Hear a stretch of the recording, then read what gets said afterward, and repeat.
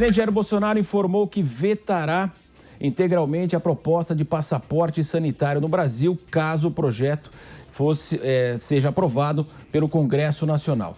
A proposta permitirá que estados, Distrito Federal e municípios utilizem os dados do passaporte para suspender ou abrandar as medidas de restrição de locomoção de pessoas vacinadas ou testadas a serviços.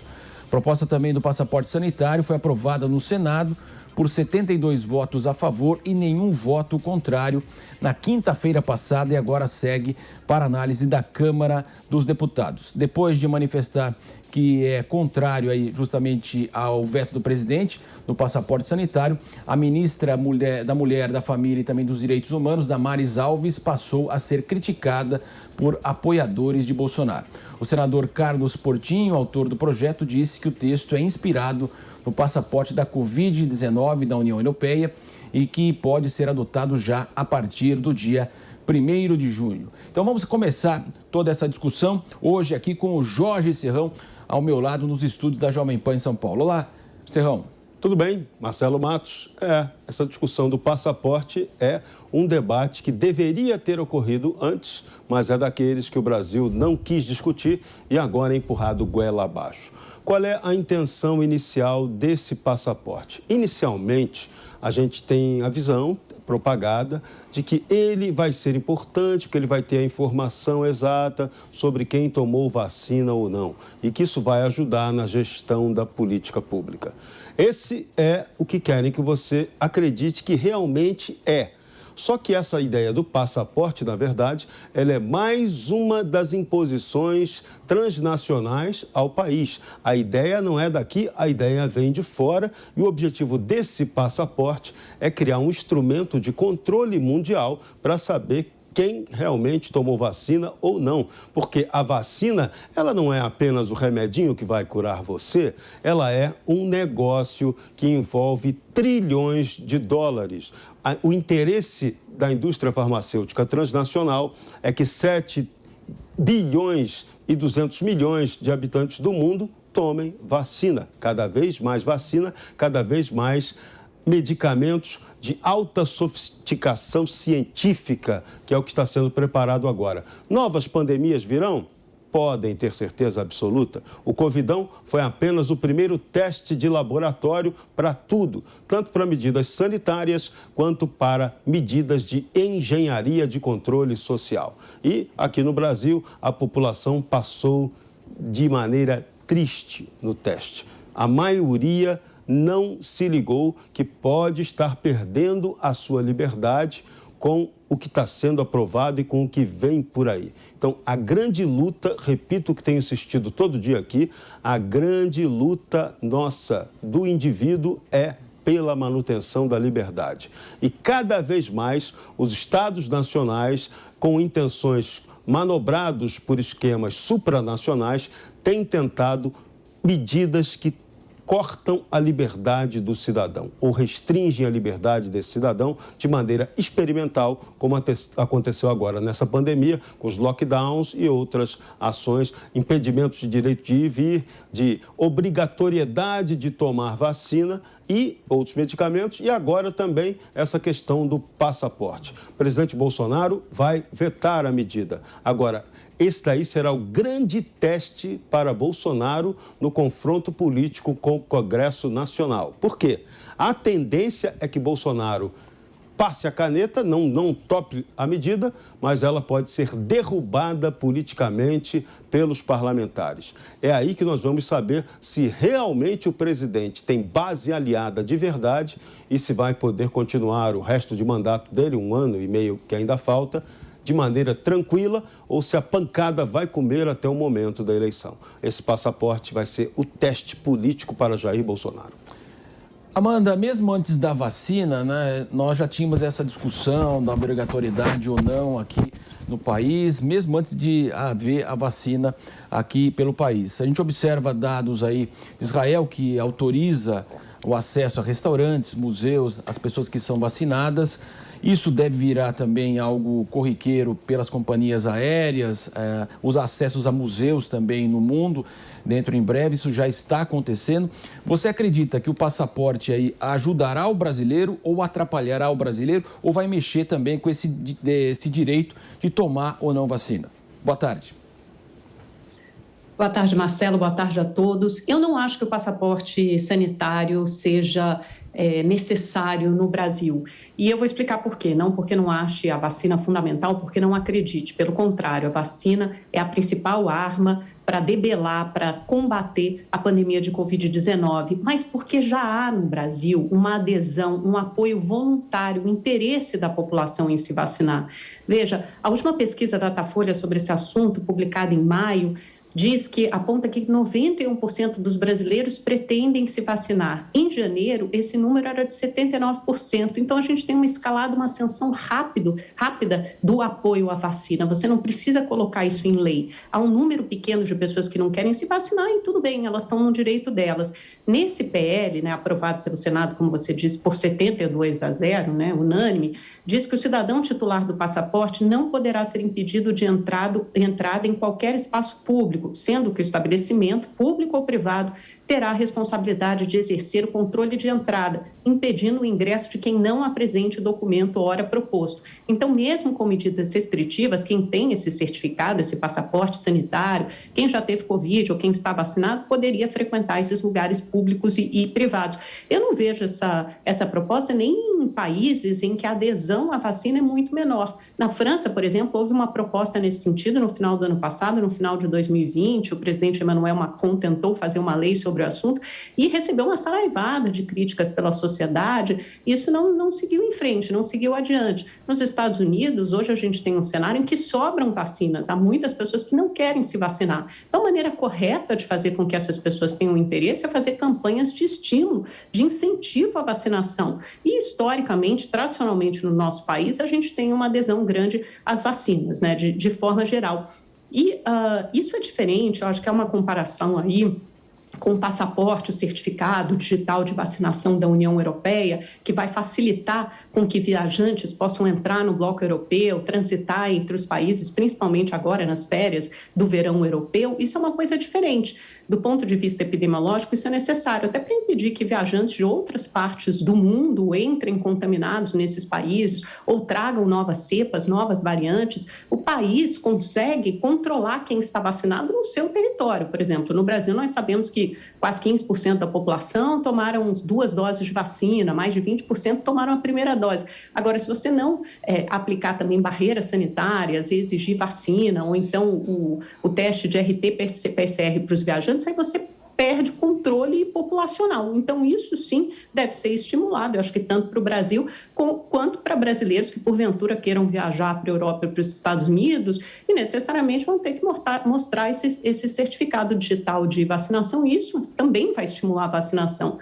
E, naturalmente, ocorrerá em eventos privados, hotéis, cruzeiros, grandes festas ou aglomerações ou eventos que também vão pedir a carteira de vacinação. Isso já acontece para programas como, por exemplo, o Bolsa Família. A família tem que provar que a criança, o adolescente está matriculado na escola e também está com a carteira de vacinação em dia. Então, isso já é um requisito, já é solicitado, até porque a criança e o adolescente depende dos pais para tomar essas vacinas. Já está amplamente provado que vacinas para milhões de outras doenças são essenciais, para combater aí epidemias e para combater doenças e tal. Então, o que eu acho mais importante hoje é não só as campanhas de estímulo, mas também você chegar à imunidade de rebanho, vacinar 70%, ou pouco mais de 70% da população, e aí sim você vai conseguir combater adequadamente a pandemia, sem obrigar aqueles poucos que não querem se vacinar. Tudo bem, eles vão estar ali, mas vão estar protegidos pela maioria que se imunizou. Rodrigo Constantino, como é que funciona aí nos Estados Unidos e como você avalia esse modelo aí tupiniquim? Olá, Constantino. Olá, Marcelo. Eu avalio com muita preocupação, Eu acho essa ideia de passaporte temerária e folgo em saber que temos um presidente que, apesar de demonizado pela oposição e pela imprensa como uma grande ameaça às liberdades, à democracia, uma ameaça fascista, é aquele que vem defendendo desde o começo a Constituição e as liberdades individuais, contra o arbítrio, muitas vezes supremo, ou de autoridades do Executivo em outras esferas, ou até mesmo do Legislativo, como é o caso agora. Aqui é muito baseado na boa-fé, como deveria ser num país livre, né? Quando começaram a suspender restrições, como até o uso da máscara, por exemplo, quem já tomou a vacina não precisa usar máscara, vai no supermercado, vai em show e ponto final, sem máscara. Se você entra num lugar sem máscara, presume-se que você está imunizado, né? E vai na liberdade e no bom senso e na responsabilidade de cada um. Né? Você exigir um documento para provar se tomou ou não o imunizante, isso é criar uma cidadania de primeira classe e uma cidadania de segunda classe. Né? Daqui a pouco vamos ter uma letra amarrada na roupa para dizer que aquela pessoa é um pária social, não foi vacinado. Isso tudo trazendo agravantes aqui. Né? Nós estamos, sim, como lembra nosso colega Guilherme Fiuza, nos Pingos nos Is com frequência, lidando com vacinas experimentais, aprovadas a maioria delas em caráter emergencial, produzidas numa velocidade sem precedentes históricos, né, pulando ou acelerando etapas que normalmente levam de 4 a 5 anos, justamente para ver se tem efeitos de mais médio ou longo prazo, né, adversos. Nós temos questões ainda muito delicadas sem respostas. O Chile, por exemplo, é o país que mais vacinou na América do Sul, 40% da população, e teve um surto após a vacinação. Então, tem perguntas no ar e as pessoas estão interditando, inclusive, o debate científico, demonizando quem faz perguntas, ou censurando, ou calando. Então, tudo isso é muito preocupante. Aí, nesse ambiente, vai lá o deputado e o Senado aprova, querendo criar, então, uma espécie de carteirinha onde diz que você é do bem, você pode entrar aqui no estabelecimento, para manter, inclusive, medidas restritivas que carecem de evidência científica, como é o caso do lockdown. Veja, Marcelo, existe uma tensão histórica normal entre o tal interesse coletivo e as liberdades individuais. Regimes tirânicos sempre ignoraram a segunda parte, não ligam a mínima para as liberdades individuais. Num país normal vai existir uma tensão, mas vai haver uma predominância dos direitos individuais. E é muito perigoso, porque toda tirania começou com um discurso em prol do bem geral. Nenhum tirano disse, vem cá, me dá poder porque eu sou do mal. Todos eles defenderam a tirania com o argumento de que era para o bem das pessoas. Todas as tiranias começaram assim. Então é preciso defender liberdades. Né? E aí tem um outro problema. Se a imensa maioria, segundo pesquisas, quer se vacinar, e se a vacina é eficaz, eu não consigo entender por que não deixar a minoria que não quer se vacinar, pelo motivo que for, em paz? Se eu estou vacinado, eu não estou protegido? Então, tudo isso é muito estranho. Nós estamos discutindo situações muito estranhas e eu só posso concordar, então, com o Serrão quando ele alerta que tem algo mais aí e que pode ter a ver realmente com essa ideia de globalismo e controle de cima para baixo e interesses também, né? A Big Pharma é uma das indústrias mais poderosas do mundo. Amanda quer fazer sua complementação, por favor. Sim, eu acho muito difícil e muito perigoso a gente enveredar nessa discussão por esse caminho de autoritarismo e também por um caminho, né, que houve algum tirano tentando cercear suas liberdades, seus direitos individuais, ou então por uma difusão de mensagens equivocadas dizendo que as vacinas têm caráter experimental, experimental, de teste, né? E não é verdade. Elas foram aprovadas, muitas vacinas foram aprovadas com registro emergencial e outras com registro definitivo, como é o caso da Pfizer e da AstraZeneca aqui no Brasil, por exemplo, que já tem um registro definitivo, não só pela Anvisa, mas por outros órgãos reguladores e agências de saúde ao redor do mundo, renomadas, consolidadas, agências de referência, que dão justamente à população a segurança de que essas pessoas podem se vacinar. As pessoas estão se vacinando há meses, desde dezembro, há mais de 6 meses no mundo inteiro, milhões de pessoas já se vacinaram. Isso já é um teste amplo e abrangente o suficiente para mostrar a segurança das vacinas e a eficácia. E aí é só você ver que entre o grupo dos vacinados, a transmissão da doença, os casos de internações e mortes diminuíram consideravelmente. Aí você usa casos como o Paraguai, como o Chile, em que você tem novas cepas ou novas variantes que atingem grupos até que ainda não foram vacinados, ou grupo de pessoas mais jovens, e usa como exemplo de que a vacina não funciona. Mas a gente esquece que a vacina, para funcionar, e aí é que há o caráter público da vacina, ela só funciona quando você atinge um determinado número da população vacinada, e dependendo da eficácia da vacina, esse contingente é maior ou menor. No caso do Chile, que usa principalmente a Coronavac, a gente tem aqui o estudo de Serrana mostrando que você precisa ter por volta de 75% da população vacinada para você chegar à imunidade de rebanho. Então, é esse número, mais ou menos, que deve ser o alvo, o objetivo no Chile. Então, por isso, você ainda tem a disseminação grande. Fora que a vacina sozinha, como a gente já cansou de repetir também, não é uma arma, não é a única forma de você combater a pandemia. Você precisa fazer medidas restritivas, você precisa fazer medidas de controle de circulação das pessoas se você tem um vírus circulando em grande velocidade, até porque a vacinação ela é muito eficaz para reduzir internações e mortes, mas a transmissão muitas vezes continua, ela não vai bloquear totalmente a transmissão. Então, cada caso é complexo, cada país é um caso diferente, tem que ser observado em toda a sua complexidade. Sobre a parte de autoridade, tirania de um projeto de lei como esse, eu até estava conversando com o professor Carlos Ari Sundfeld, que é da FGV, de Direito, professor de Direito Público, e perguntei se esse projeto era constitucional, se existia aí alguma ilegalidade. Ele me respondeu que, em princípio, não há inconstitucionalidade alguma em restringir a circulação com base em critérios técnicos sanitários que indiquem a existência de riscos de transmissão da doença. Ninguém tem o direito individual de, num cenário de pandemia, deixar de adotar medidas preventivas determinadas com fundamentação técnica. Foi nesse mesmo diapasão que o Supremo Tribunal Federal decidiu que estados e municípios têm autonomia também para impor medidas restritivas, porque estamos num cenário emergencial de pandemia e as medidas emergenciais são necessárias neste cenário, e elas não são para sempre, elas são medidas que vão durar enquanto durar a pandemia. O Serrão quer fazer complementação também? Você, Serrão. Vamos lá, algumas provocações para o pessoal pensar na cama com todo cuidado.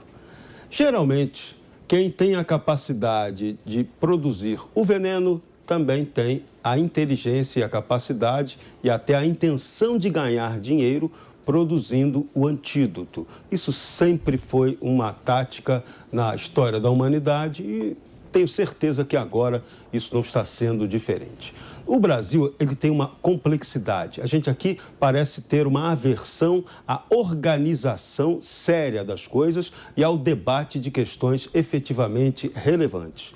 A saúde, por exemplo, estamos no meio de uma pandemia e não estamos debatendo corretamente avanços necessários para o sistema de saúde. Vou dar, sim, só um exemplo bem básico.